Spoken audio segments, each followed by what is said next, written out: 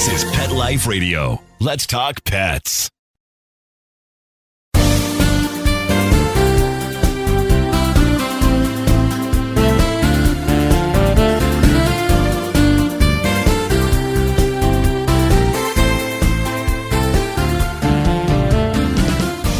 Welcome to Loving Animals. I'm your host, Dr. Robin Ganser, the President and CEO of American Humane, our country's first national humane organization. I'm so incredibly excited to share this week's episode with you, as it's one of my favorites. We'll be catching up with country music superstar Naomi Judd.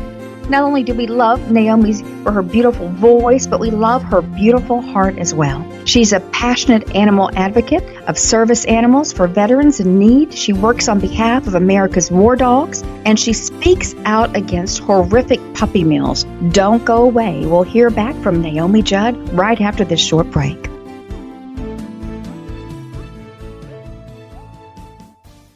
Tired of wasting money on giant bags, boxes, and jugs of litter that don't last? Switch to World's Best Cat Litter, the only litter that lets you use less and get more. World's Best Cat Litter uses the concentrated power of corn to deliver outstanding odor control and easy cleanup. It's lightweight, 99% dust-free, and pet, people, and planet-friendly. It's even flushable. Make the switch to World's Best Cat Litter and save $2. Visit www.saveonworldsbest.com. Let's Talk Pets on PetLifeRadio.com.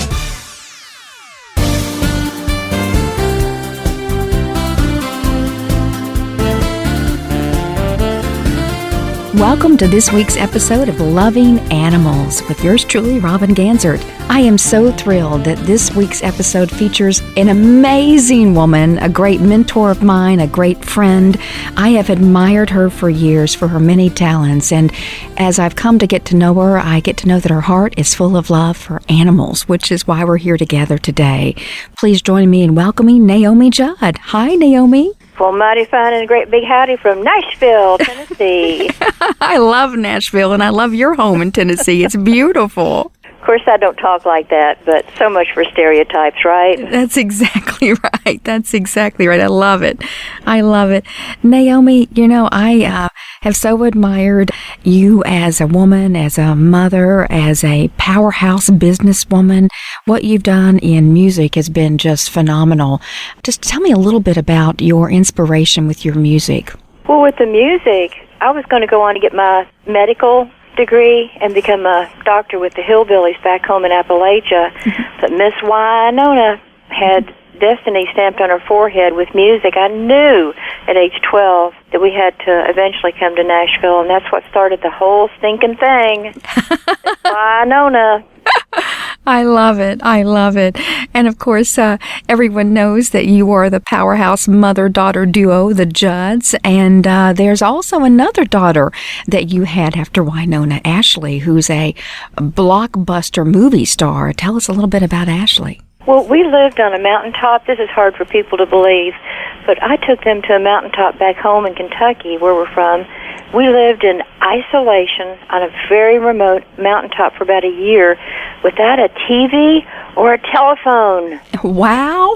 Kids today have no idea what that would even be like, right? I mean, that was way before the internet, even before Al Gore invented the internet. But during that time, in that splendid isolation, it was kind of a magical year because without any form of entertainment, we became really close. Winona discovered the guitar, and Miss Ashley was only 8, and she discovered books. I started reading to her, Chronicles of Narnia, that whole set, and her imagination flourished, it blossomed, and now, of course, she is an actress.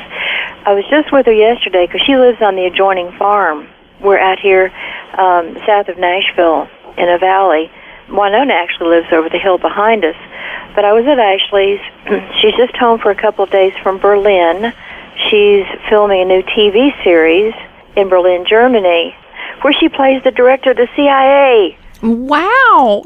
It's sort of like typecasting because she's such a dynamo herself. So I love that. It's called Berlin Station. I'm not sure when it's going to air. They're filming it right now, as I said. And it's just so wonderful having my girls so close. They can come here on a four-wheeler. They can literally walk here. And I always feel for mothers who have kids that live in other states, certainly grandparents as well. But I've got as long as we're getting on, as long as we're getting along, it's wonderful. That's the truth about families, right? When it's good, it's really good. I think that's what, wasn't it George Burns that said, my idea of a perfect family is a close family that lives at least 300 miles away. You gotta love George Burns. Oh my goodness. That is great. That is great. Well, these wonderful women, Wynonna and Ashley, we're so blessed to have you as their mother. And I just love to see multi-generational powerhouse women do so many great things for the world. And Naomi, I bet a lot of our listeners don't know how active you are in humanitarian and social issues. I mean, you've done food drives in your hometown of Ashland, Kentucky, which is where my mother's from, so a big shout out to Ashland, Kentucky. You've been on the National Advisory Board for Mothers Against Drunk Driving, the boards for St. Louis University Liver Center, the Parents Television Council, on and on, your work with World Peace Initiative, National Domestic Violence Hotline. I mean, you are amazing in terms of your charitable work, your humanitarian work. But then you started to work with animals, right? I remember being in a board meeting with you one time, and you asked everybody to go around and say whatever was in their heart. And when it came to me, I kind of looked down at my lap and I said, sometimes I like animals more than people. Isn't that the truth? I love that. I remember that. And Naomi, we're so grateful at American Humane because you've been a board member since 2015, and you have done so many incredible events for us. Hero Dog Awards, the Lady in Red Gala, our congressional briefing with kids with cancer, our Canine Military Awards, and I will never forget how you advocated for war dogs on Capitol Hill to make sure that every single war dog gets a ride home and gets to retire on U.S. soil with dignity. Wow. Tell us your thoughts about how it was to advocate for war dogs. First of all, I love German Shepherds. Where I live here in Williamson County in Tennessee, we didn't have a bomb dog for our schools, the county schools out here. They get used books. They always get nobody ever thinks about them. But we were able to find a bomb dog, a beautiful German Shepherd, for the schools out here.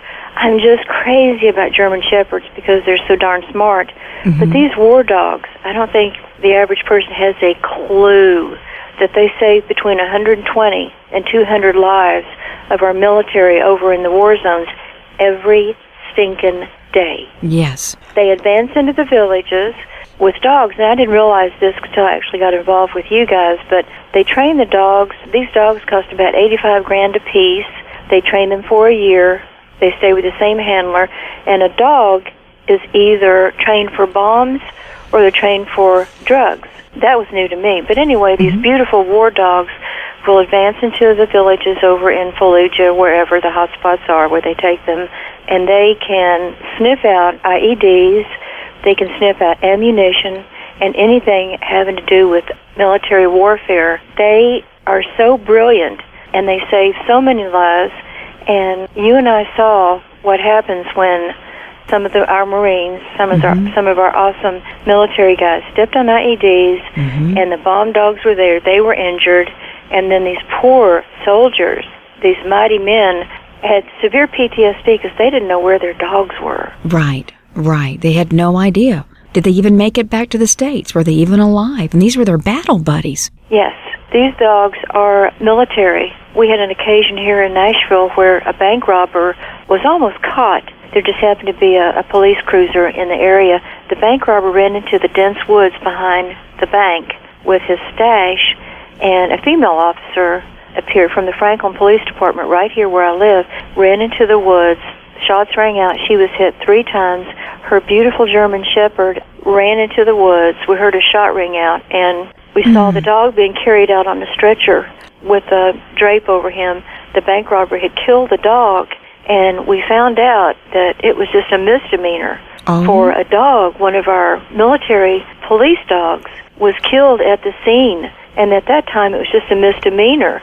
So a handler and I, by the way, that the policewoman survived. She was shot 3 times, like I said, but she did make it.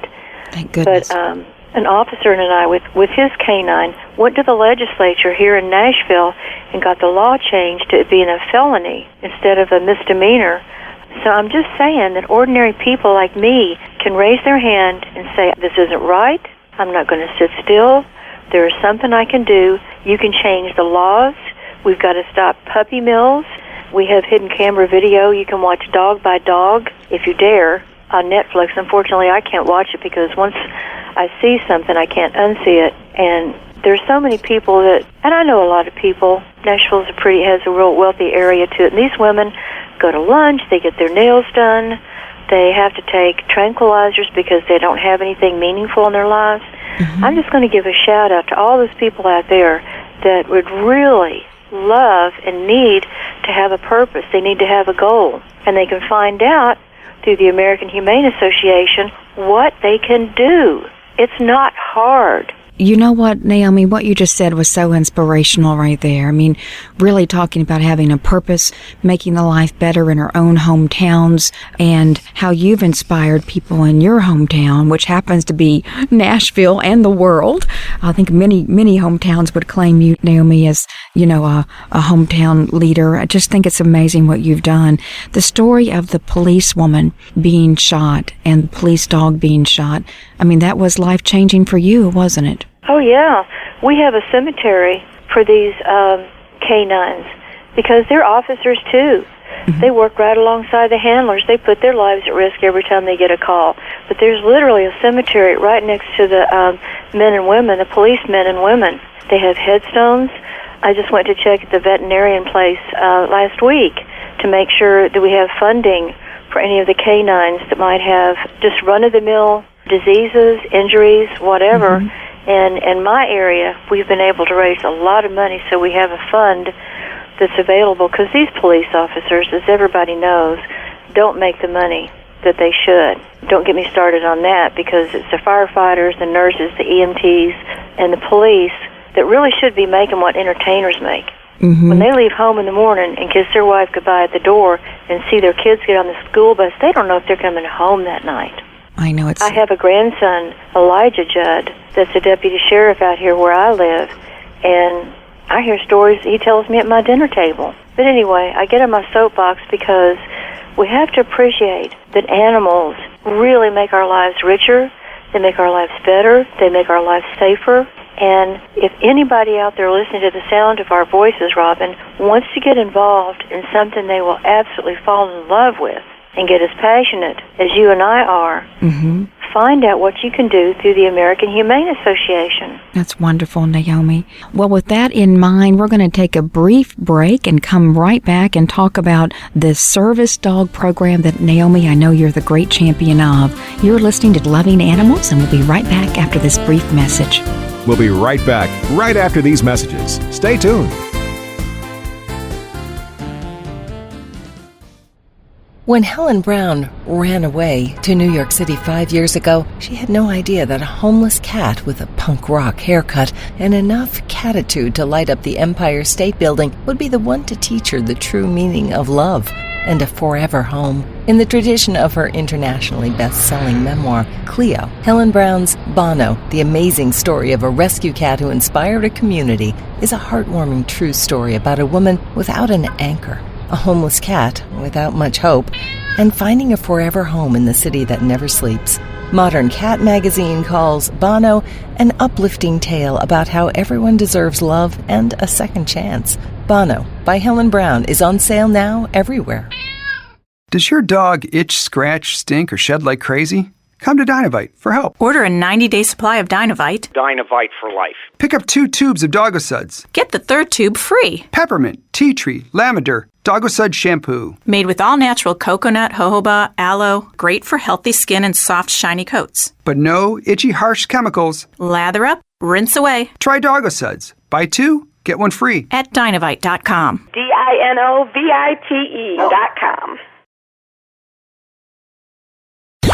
Let's talk pets. Let's talk pets On Pet Life Radio. Pet Life Radio. PetLifeRadio.com. Well, you're back listening to Loving Animals, and today we're so thrilled to have Naomi Judd. She's known to millions and millions of fans as Mama Judd. I know her as a passionate animal advocate and a person who loves veterans on both ends of the leash. We're talking four-legged veterans, these incredible war dogs that have served in the most unimaginable of circumstances in Iraq and Afghanistan, fighting the war on terror with our two-legged veterans and heroes who have served.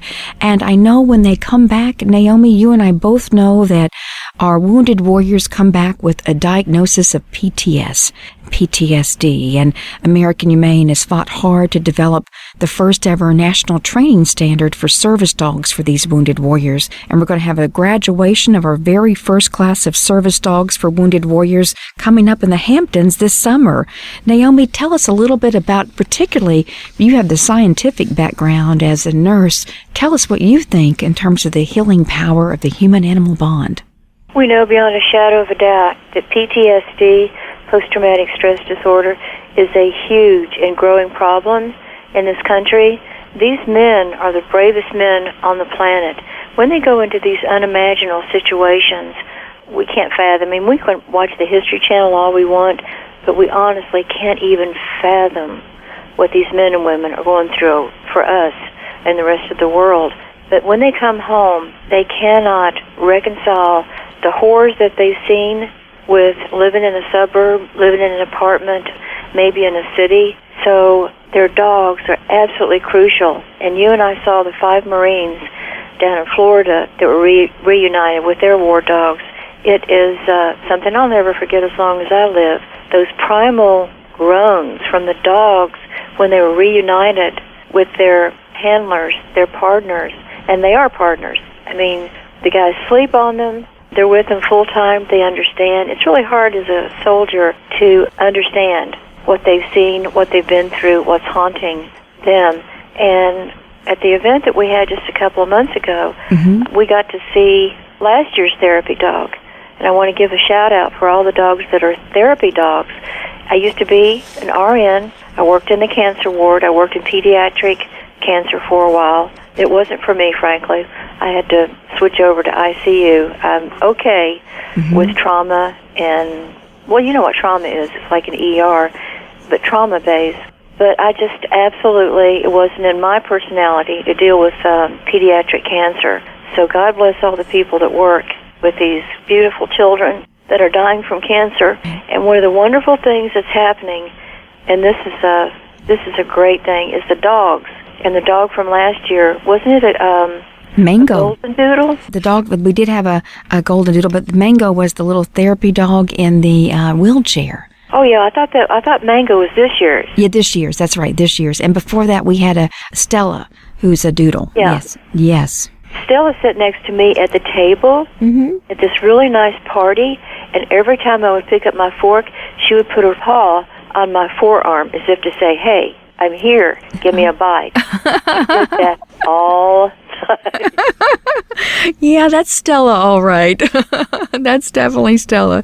She's got a place in my heart. I had a TV show, and I did a couple of experiments. One time, we were at Scripps Institute, which is one of the most recognized and venerable research labs in the country. I had an empty lab room. I put down 5 cups of urine. One of them had the urine from a woman who was suffering from cervical cancer, and this gorgeous, her name was Ginger, standard poodle, ran straight into the room and sat by the urine that came from the cancer victim.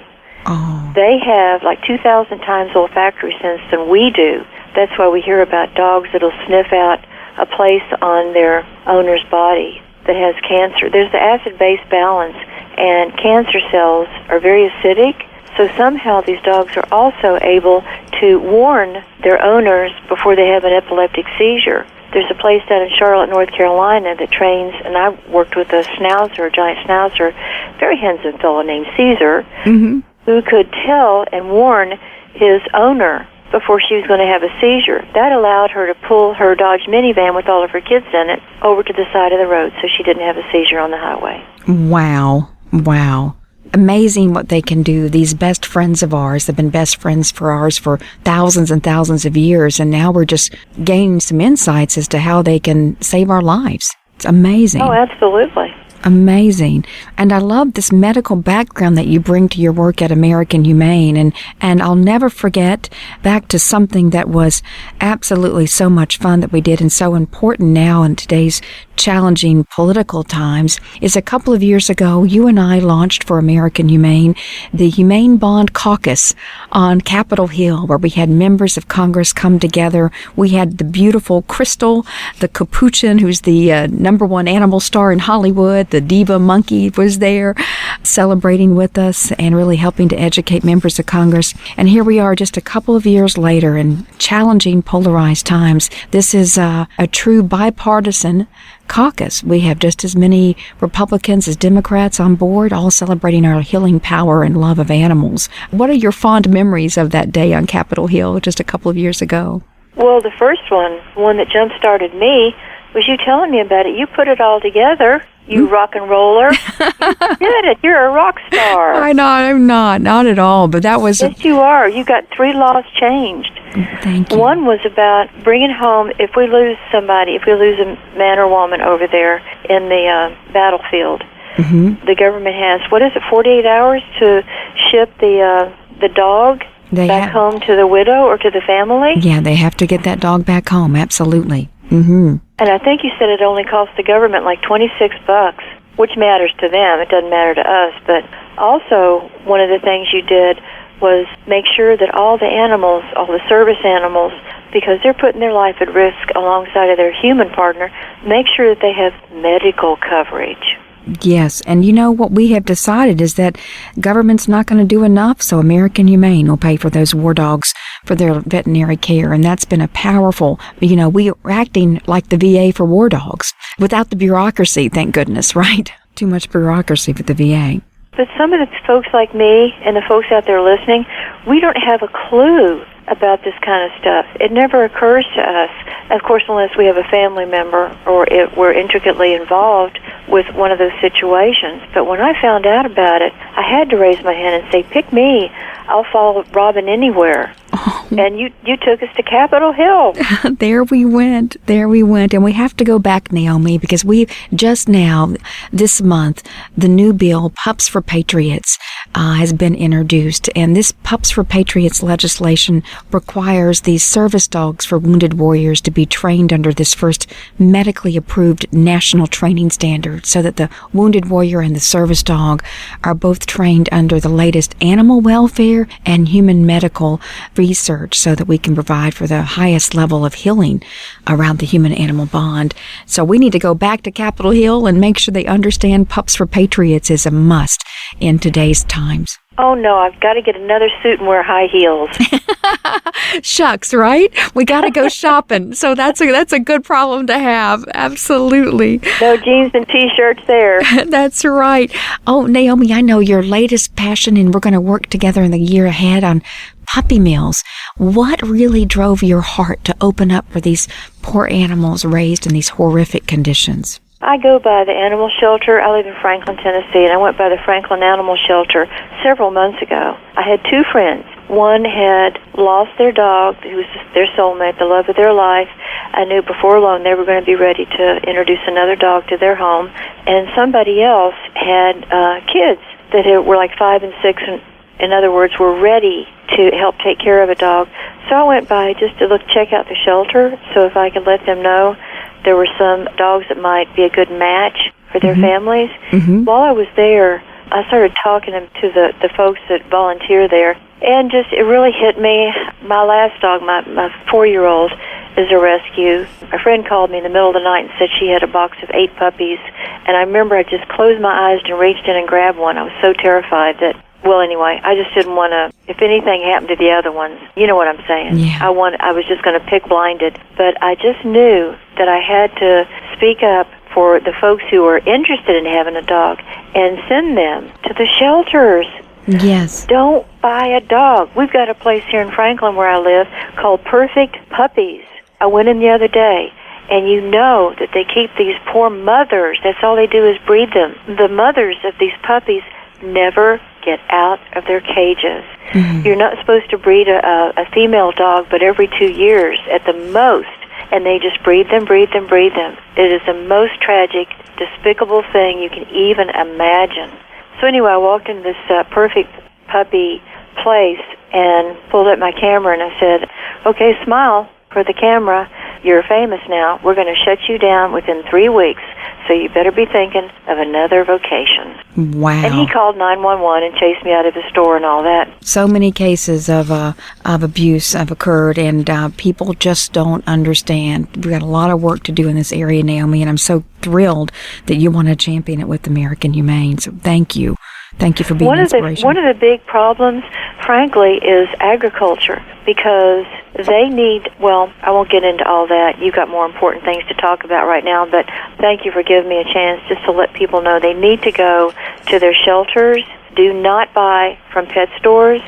Certainly don't buy from any of these breeders. If you want a specific dog, maybe you were raised with a beagle, and for nostalgia you want to get a beagle, go online. We have rescue sites for all the dogs. People don't realize that on the internet they have specific categories to get a dog. That's right, they do. And you can go and find any breed, any shape, size, or form of an animal that needs a forever loving home, a second chance at life, and a home like yours. Naomi, you have several precious pups in your home right now. What are their names? The first one is Teddy Bear, and my grandson named him because he looked like a little teddy bear when we got him. Mm-hmm. We've got Lulu. Mm-hmm. We've got Bijou. Mm-hmm. Bijou means, in French, little perfect treasure or gem. And then Maudie, named after the woman next door to me when I grew up. Maudie is my soulmate. Somebody asked me yesterday what she was, and I said, brown. I love that. I love that. One of the things that I have to let people know that you've been doing are these huge 18-wheelers that are traveling vet clinics, emergency vet clinics that go into disaster sites. Yes, we do. And these rescue vehicles are state-of-the-art, and they're loaded with all sorts of equipment. We've got a new truck for the great state of Louisiana that will be debuting very soon. Well, Naomi, thank you so much for being with us today. What a great time together. I love you. I adore you and your family, and I'm so glad that you're part of our family at American Humane. So thank you. Well, right back at you, girlfriend. And if you want to run for president, I'll head your campaign. Okay. Because I think you're fabulous. Thank you. 3 words, fabulous. Oh, you are so sweet, Naomi. Thank you so very much. And I'll see you soon. See you soon, absolutely. Take care, Naomi. Bow wow. Oh, what an incredible episode. Naomi has truly dedicated her life to making the world a better place for so many, both 2- and 4-legged. American Humane and I are so lucky to count her among our biggest advocates and friends. I hope hearing from Naomi inspired you, educated you, and allowed you a fascinating peek into the life of one of country music's biggest stars and one of the country's biggest animal lovers. Thanks so much for joining us. And friends, remember, this week and every week, we're loving animals. See you next time. Let's Talk Pets, every week on demand, only on PetLifeRadio.com.